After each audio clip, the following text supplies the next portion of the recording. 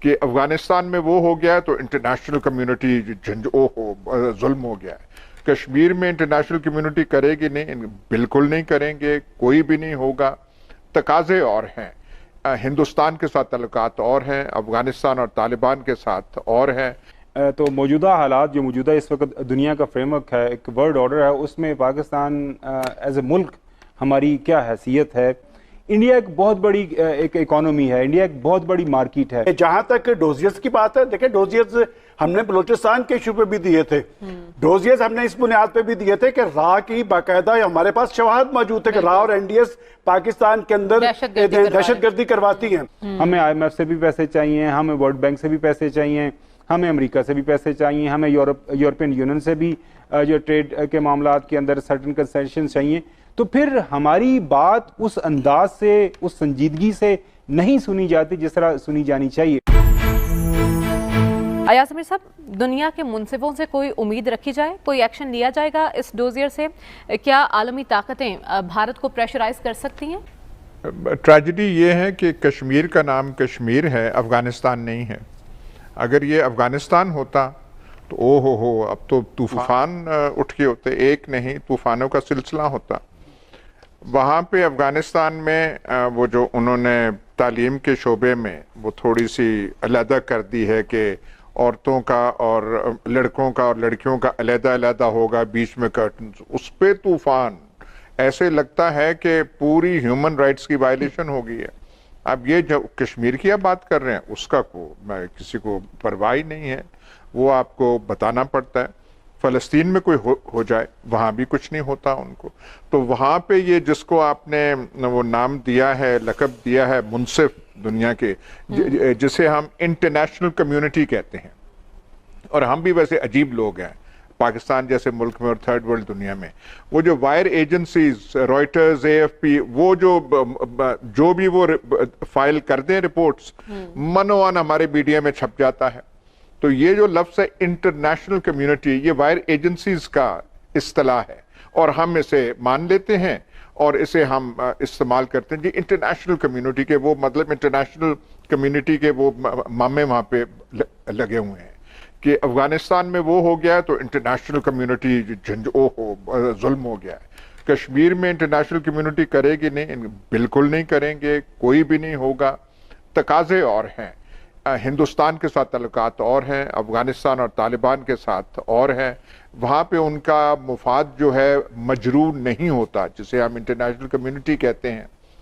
مقبوضہ کشمیر میں کچھ نہیں ہوتا، اس لیے بس وہ روٹین کی وہ ایک خبر ہوتی ہے، کوئی ایک آدھ فائل کر دیتے ہیں.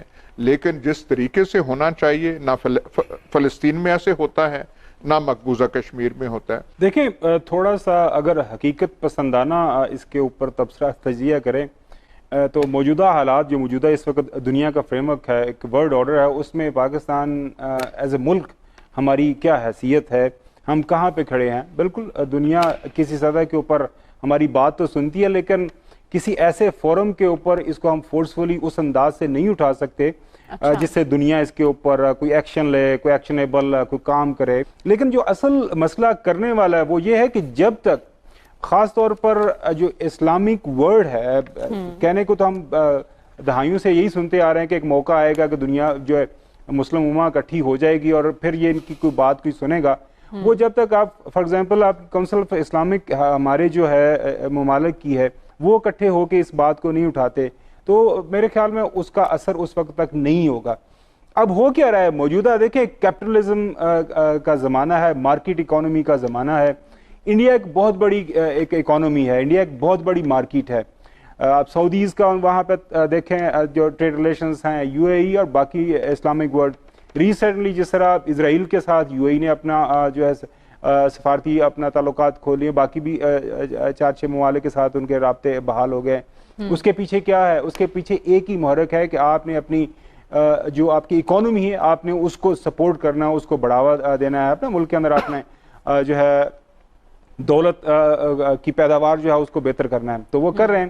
اب یہاں پہ پرابلم یہ ہو رہی ہے کہ ہم دنیا کے سامنے کہیں پہ بھی بات لے کے جاتے ہیں، ایک سرٹن سطح کے اوپر بات سنی جاتی ہے، لیکن دوسرے ہمارے ہاتھ میں وہ جو کاسا ہے نا، کاسا گدائی جو ہم کرتے رہتے ہیں ہر وقت، ہمیں IMF سے بھی پیسے چاہیے, ہمیں ورلڈ بینک سے بھی پیسے چاہیے, ہمیں امریکہ سے بھی پیسے چاہیے, ہمیں یورپین یونین سے بھی جو ٹریڈ کے معاملات کے اندر سرٹن کنسیشن چاہیے. تو پھر ہماری بات اس انداز سے, اس سنجیدگی سے نہیں سنی جاتی جس طرح سنی جانی چاہیے. ہاں البتہ یہ ہے کہ اس طرح کے ایفرٹس ہم کرتے رہے ہیں, پہلے بھی کرتے رہے ہیں, ابھی بھی کر رہے ہیں, اور ہمیں کرتے رہنا چاہیے. یہ نہیں کہ ہمیں چھوڑ دینا ہے, لیکن اس کے ساتھ ساتھ جو ایک موومنٹ چلی ہوئی ہے, اللہ کرے کسی موقع کے اوپر ہماری جو اسلامک ورلڈ کے جو بڑے بڑے لیڈران ہیں جو کہتے ہیں کہ ہمیں اکٹھے ہونا ہے, وہ کسی اکٹھے فورم پہ بیٹھیں, اور خدا رہا یہ جو مسلم کے ساتھ خاص طور پر جس طرح یاس صاحب نے فلسطین کا ذکر کیا, کشمیر کا ذکر کیا, وہاں پہ جو ہمارے ساتھ رویہ رکھا جا رہا ہے اس کی ایک جو با اثر انداز میں آواز اٹھائی جائے, تاکہ کم از کم دنیا کے سامنے کوئی چیز تو آئے نا. فی الوقت تو یہی ہے کہ ہمارے ڈوزیئر جاتے ہیں کوئی بند کمروں کے اندر, میٹنگز کے اندر ان کا ذکر ہوتا ہے.